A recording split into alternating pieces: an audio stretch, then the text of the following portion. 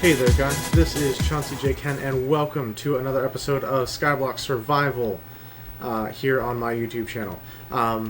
So yeah, basically we have a fun new episode for you guys today. If you recall, this is the mob grinder that I built forever ago, and you actually didn't get to see me build that. Sorry about that, guys.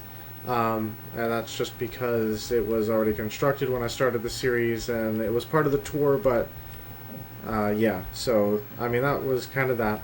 However, today we are going to be doing a little bit of an upgrade for it. If you'll notice, right now I have them landing on just these solid blocks, which has worked great. Basically, they're one-hit kills. I use a sword just to compensate for the fact that some of them wear armor, etc., etc.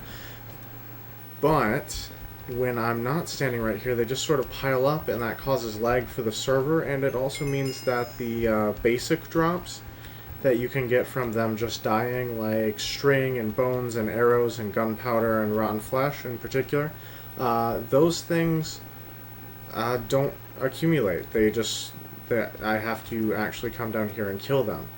Now that's beneficial if I need experience, or if I need some of the rare items like the iron, or like bows or armor and stuff. But yeah, when I just want the basic stuff, like more bones to refill this chest, oh, there's some. Like that. Instead of sitting here and kind of grinding away, it's helpful to just capture those materials as they fall down and, you know, end up perishing. So what I need to do, and what we're going to be doing today, is actually upgrading this to do just that. We're going to set it up with an automatic system that I can turn on and off to do just collection of basic items, automatic, like fully automatic, when I'm not standing right here harvesting, and something I can then turn off so that they'll fall and I can use this as an experience grinder when I am standing right here, and that's what I want from it. Alright, sorry about that, guys. I've had this weird cough for the past couple days that it's just like a scratchy throat. It's kind of random. Anyway, to get this project started off with, the first thing we need to do is actually, because we're going to be playing with lava a little bit, we need to change the setup of this area real quick. Now,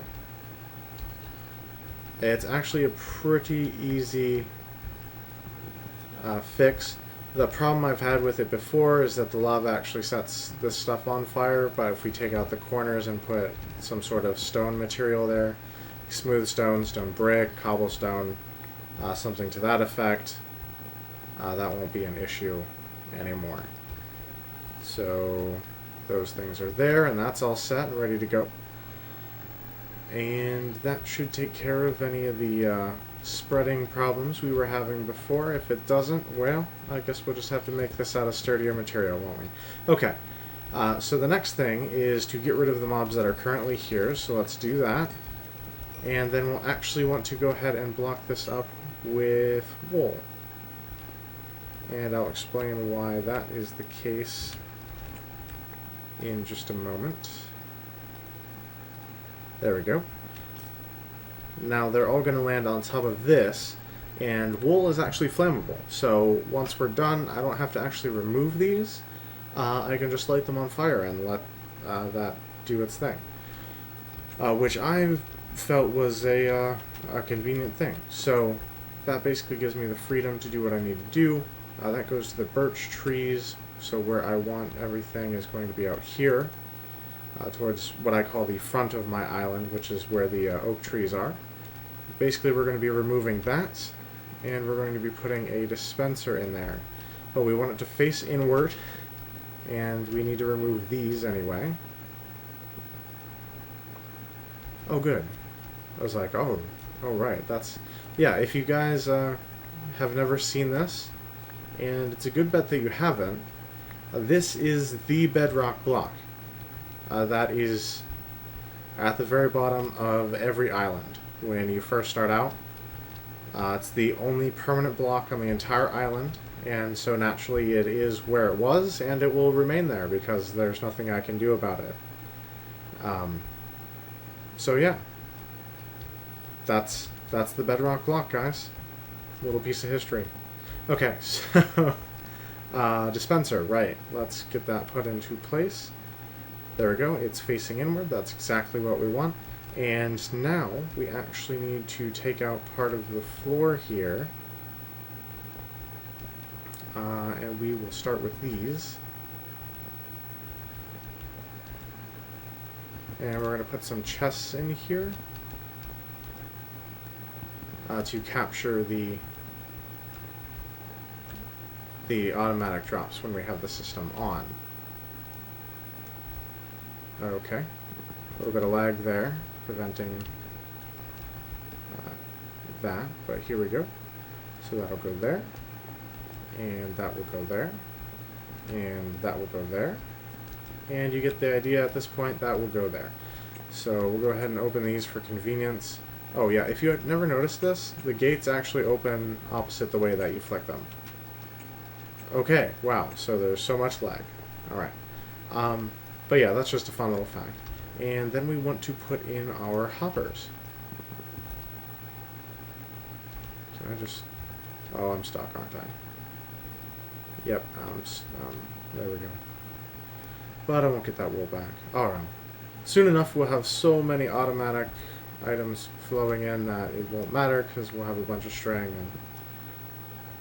and so forth and so on. Okay, so this goes there, that goes there, that goes there, and that goes there. Alright.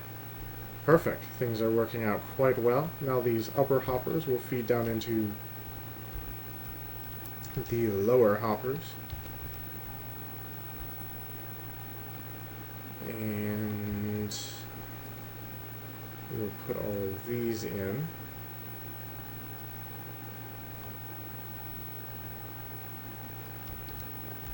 Okay, and then the final middle hopper will go right there. Alright, now basically what we've done at this point is we replaced all of the blocks that were there with these hoppers.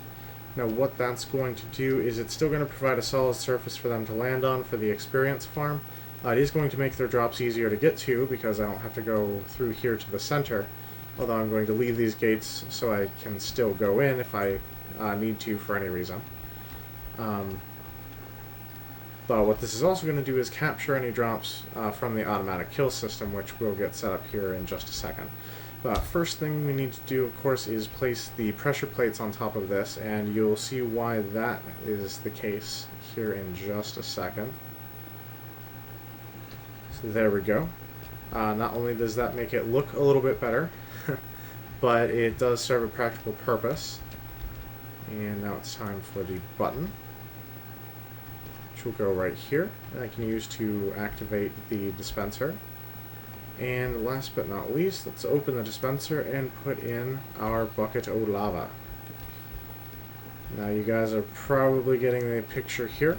Basically what's going to happen is I press this button, that dispenses lava, which then fills up this entire 3x3 area. The reason it is staying up here is because these pressure plates are right here. Now, hopefully this lava will actually burn away the wool and we'll start to have mobs drop. But we'll see how that goes. And of course what I want to do at this point is hop up here and make sure that we're not catching anything important on fire. Because that would be bad. Right, so it looks like we're good to go so far. Yes, working with lava right next to wood is exceptionally dangerous. I would not recommend it. Generally speaking, but in this case it's okay. Now, the reason I went with this particular design is because this way any of your too high mobs, basically creepers, zombies, endermen, which are technically 3 high, but it'll still work for them. Oh, I know I'm missing one. Skeletons. Yeah, all of those are going to fall into the lava and their head will be in it and they will burn and die. And then their drops... Oh, hopefully will not land in the lava or will get picked up by the hoppers before they're burned into oblivion. I did try a system where the dispenser was down here in the center. It ended up just lava spilling everywhere, and it wasn't a good system, and this should work a lot better. Now eventually I might put in like a furnace or something here for aesthetics, but I don't know, I kind of like just having the one right there. It seems functional, and just like a good setup here. So let's double check, make sure nothing's burning. Alright, and it looks like these blocks are doing exactly what they're supposed to be doing, which is preventing fire from spreading from that lava, which is perfect. Now let's retract the lava here, and you'll see kind of how this works.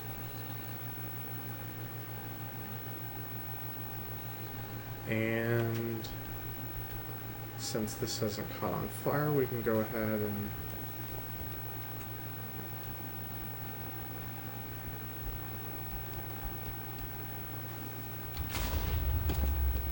okay.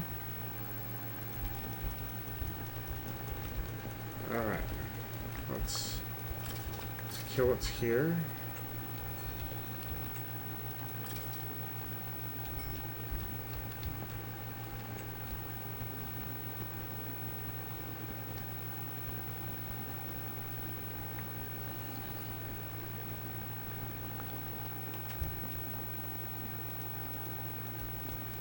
So the pressure plates have a issue that I didn't expect.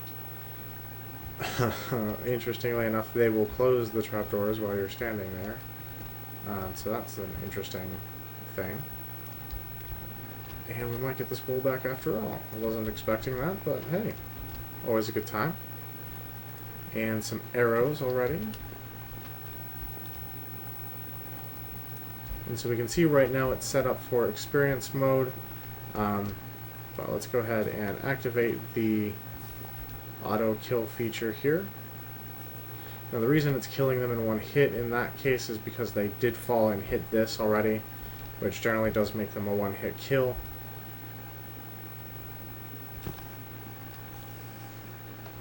Oh good. I was a little concerned that it might not work for spiders. You know, they still do have this whole system where they can't get out because of these walls here. Alright, excellent. Seems to be working for spiders, skeletons, zombies. Now the only thing it might not work for is the baby zombies. And of course the chickens that they occasionally ride on. And that's actually not a big deal, because those will just fall in between the crack between the hoppers and the walls. And then we can come down and kill them at our leisure. Or they'll despawn because, you know, it's been too long, or they've been inactive, or we warped a spawn, or whatever. So yeah, obviously this is not going to be the most efficient thing ever, and that's basically the same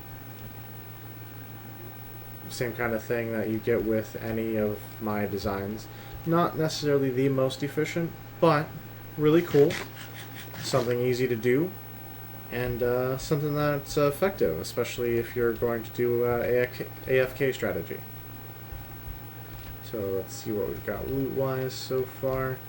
Now one thing we could do later is potentially set up a auto sorter down here to dispose of items we don't need, like rotten flesh, automatically, or sort the other things into the right categories, or pump them up into these chests, potentially with redstone elevators. So there's lots of good possibilities here for this.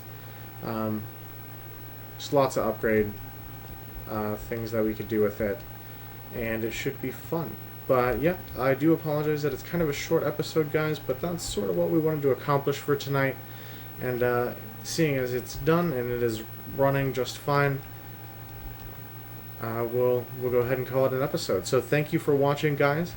Hopefully this has given you some ideas for what you can do with your own mob farms if you're wanting to do something like this, where you can automatically farm the items and such without too much difficulty. Hopefully my place isn't on fire yet. Let's check that out real quick. No, we're good. I think we're safe to go.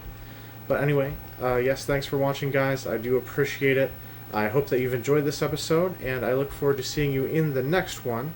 And as always, guys, I will talk at you later.